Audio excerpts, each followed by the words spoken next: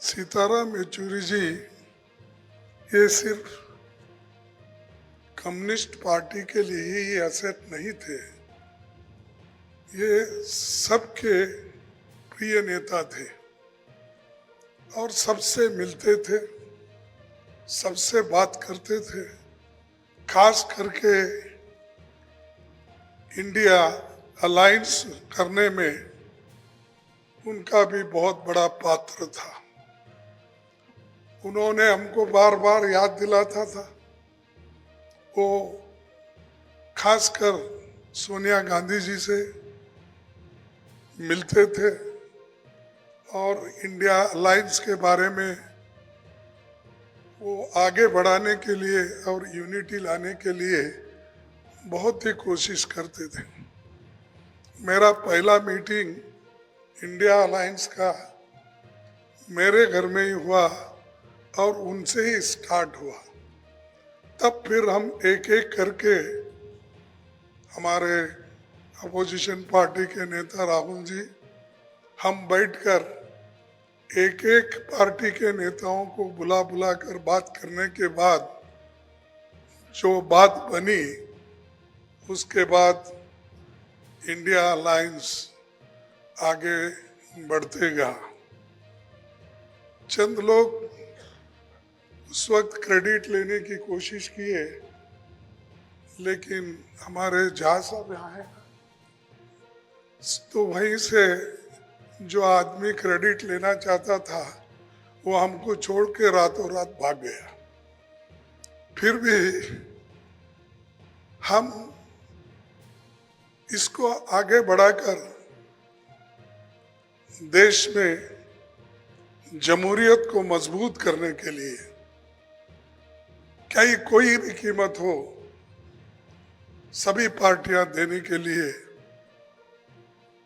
तैयार हो गए थे। और आज दिख रहे कि रूलिंग पार्टी को मेजॉरिटी नहीं मिली, आज वो एक माइनॉरिटी की गवर्नमेंट है। इसीलिए बहुत से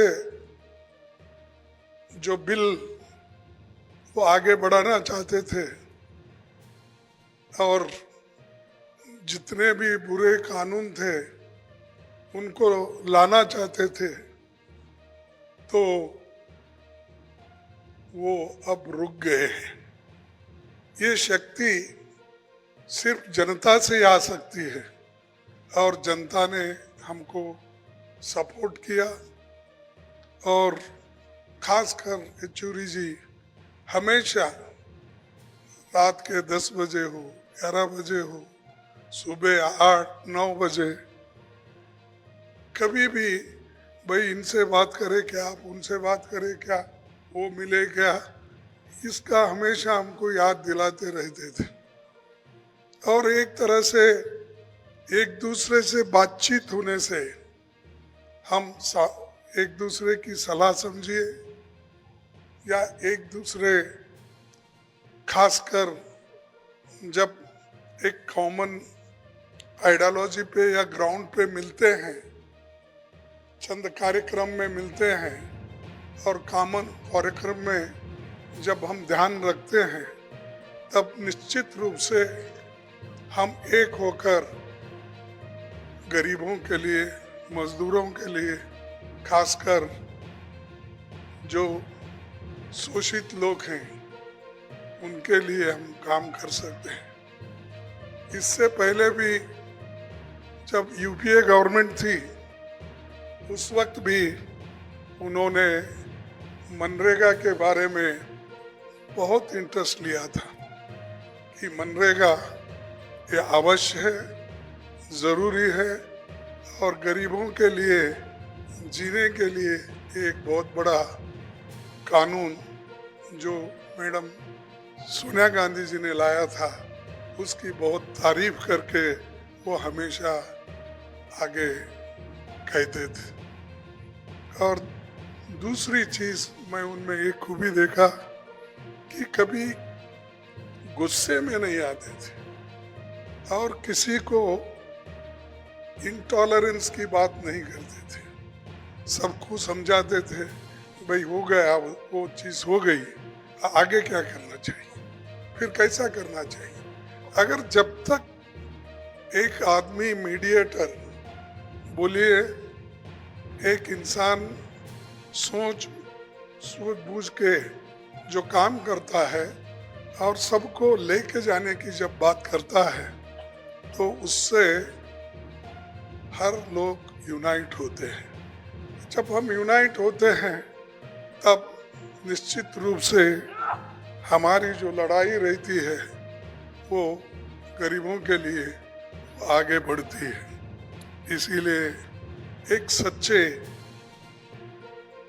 जो प्रजातंत्र के लिए लड़ने वाला व्यक्ति, गरीबों के लिए लड़ने वाला व्यक्ति, पार्लियामेंट्री डेमोक्रेसी में विश्वास रखने वाला व्यक्ति, सबको समान दृष्टि से देखने वाला व्यक्ति और सब पार्टी को साथ लेके चलने वाला व्यक्ति। चाहे हमारे विचार अलग अलग हो सकते, हमारा आइडियोलॉजी अलग अलग हो सकती है, लेकिन चंद कॉमन पॉइंट पे जहाँ हम मिल सकते हैं लोगों के लिए, गरीबों के लिए, उसमें उनकी ये खूबी थी कि मिल के चलना ज़रूरी है देश के लिए और गरीबों के लिए, ये उनका हमेशा कहना था और इस सोच से वो आगे बढ़ते थे। सबको सम्मान देते थे और लोग भी उनको उतना ही सम्मान करते थे। तो इससे उनका व्यक्तित्व बढ़ा। हम पहले भी, मैं जब लेबर मिनिस्टर था तो मेरे को ये कम्युनिस्ट पार्टी वाले सताते थे बहुत। वो पीछे भी बैठे, वेस्ट बंगाल के भी नेता लोग सामने हैं, साथ में हैं। तो मैं हमेशा, मैं इनसे पहले करता था बहुत से काम है, फिर भी मुझे छोड़ते नहीं थे और मैं बोलता थोड़ा मुझे सोचने का टाइम नहीं, तो कोई अभी होना, फिर देखेंगे, नहीं देखेंगे, नहीं अब होना। तो ऐसी चीज़ें जब होते थे, अब राज्यसभा में जब येचुरी साहब थे, उन्होंने कहते थे भाई एक बार करने का गवर्नमेंट ने निर्णय किया है, वो करते गए। खड़गे जी हमारे कॉमरेड है, वो हम उनके साथ है और उन्होंने हमारे साथ है, ऐसी बात करके उसको टालते थे। लेकिन हमने बहुत कुछ उस वक्त जो हमारे खासकर कॉमरेड लोगों ने कहा, येचुरी जी ने कहा, उसको हमने निभाया और ये निभाने के वजह से लेबर डिपार्टमेंट में बहुत से चेंजेस भी आए।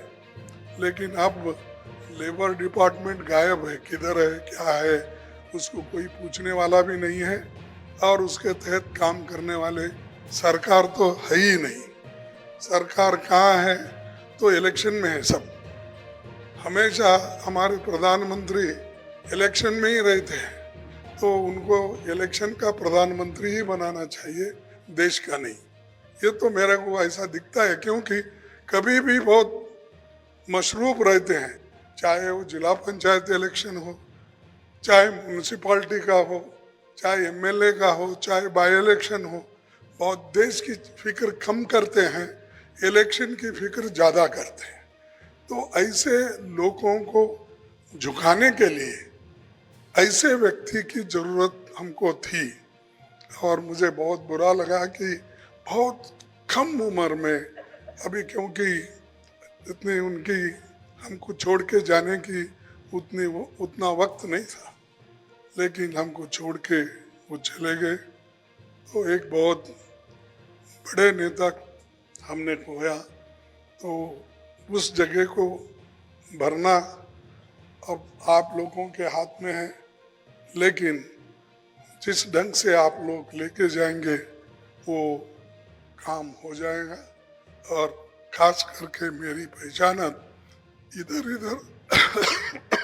10-15 साल पहले हुई थी और वो उनकी बातें सुन के, उनके विचारों को सुन के हम अपने ढंग से जैसा काम करना चाहिए वो करते थे।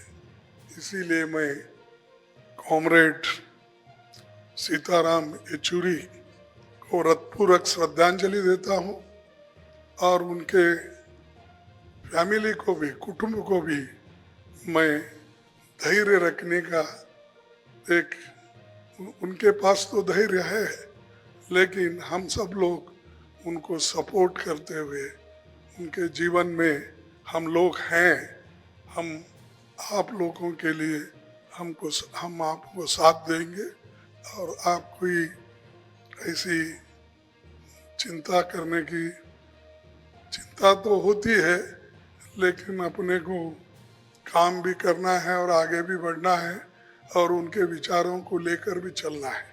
तो इसलिए मैं अपनी बात इतनी कह के, जो पहले से बहुत से आपको फोटो भी आप देखे होंगे, इवन इमरजेंसी में भी उन्होंने अपना एक पिटिशन इंदिरा गांधी जी को देकर एज ए स्टूडेंट नेता के रूप में उन्होंने कहा था। उसके अलावा और कई चीज़ें हमसे मिलते जुलते रहे हैं, लेकिन मैं सारी चीज़ें यहाँ बताना नहीं चाहता। बस मैं यही चाहूँगा कि उनको आप सबका एक, उनको याद करते रहिए। और दूसरे मेरे पास शब्द नहीं है, ऐसे व्यक्ति को खोए हैं और उसको भरने की जगह आपके पास है और हम सब लोग यही प्रार्थना करेंगे कि एक व्यक्ति तो चला गया लेकिन उसके विचार चले नहीं गए, वो विचार हमेशा के लिए अपने साथ रहेंगे और उसको हम आगे बढ़ाते सब लोग मिलके चलेंगे। धन्यवाद, नमस्कार, जय हिंद।